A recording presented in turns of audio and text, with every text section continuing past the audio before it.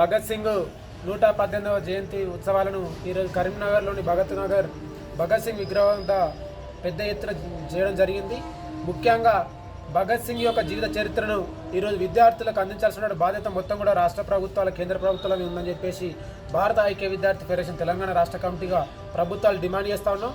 దాంతో పాటుగా ఇవాళ భగత్ సింగ్ ఈ దేశం కోసం అతి చిన్న వయసులో ఉరికంబాన్ని సైతం ముద్దాడి దేశ స్వతంత్రం కోసం ఆనాడు అందరికీ ఒక వెలుగునిచ్చినటువంటి భగత్ సింగ్ స్ఫూర్తితోటి ఈరోజు విద్యా రంగంలో వస్తున్నటువంటి మార్పుల మీద, అదేవిధంగా ఉపాధి రంగంలో వస్తున్న మార్పుల మీద, ప్రభుత్వాలు అవలంబించిన విధానం మీద ఇలా పెద్ద ఎత్తున ఆందోళన కార్యక్రమాలు భగత్ సింగ్ను స్ఫూర్తి తీసుకొని ముందుకెళ్దామని చెప్పేసి కూడా ఈ సందర్భంగా ప్రతిజ్ఞ చేయడం జరిగింది. ముఖ్యంగా కేంద్ర ప్రభుత్వం కానీ రాష్ట్ర ప్రభుత్వం కానీ ఇవాళ విద్యా వ్యాపారీకరణకు, కార్పొరేటీకరణకు ప్రోత్సహిస్తూ ఇవాళ డబ్బునకే విద్య అనే విధంగా పాలకులు అవలంబిస్తున్న విధానాలను అరికట్టడం కోసం కూడా భగత్ సింగ్ను స్ఫూర్తి తీసుకొని ముందుకు పోతామని చెప్పేసి సందర్భంగా తెలియజేస్తున్నాం. దాంతో పాటుగా ఇవాళ మాటల్లో బీజేపీ స్వదేశీ అని ఒక పక్క చెప్తూ మొన్నటికి మొన్న అంటే 4 రోజుల క్రితం ఈ దేశంలో 14 విదేశీ యూనివర్సిటీలను ఆహ్వానించింది.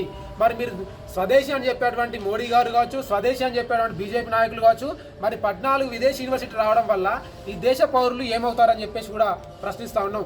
కాబట్టి మేధో బానిసలుగా మార్చడం కోసం మాత్రమే ఈ స్వదేశీ నినాదం తీసుకొచ్చి ఇలా విదేశీ యూనివర్సిటీలో చదువుకున్నటువంటి వాళ్ళను తయారు చేసి విదేశీ కంపెనీలకు గుత్తాధిపత్యం ఆదించడం కోసం చేస్తున్నారు.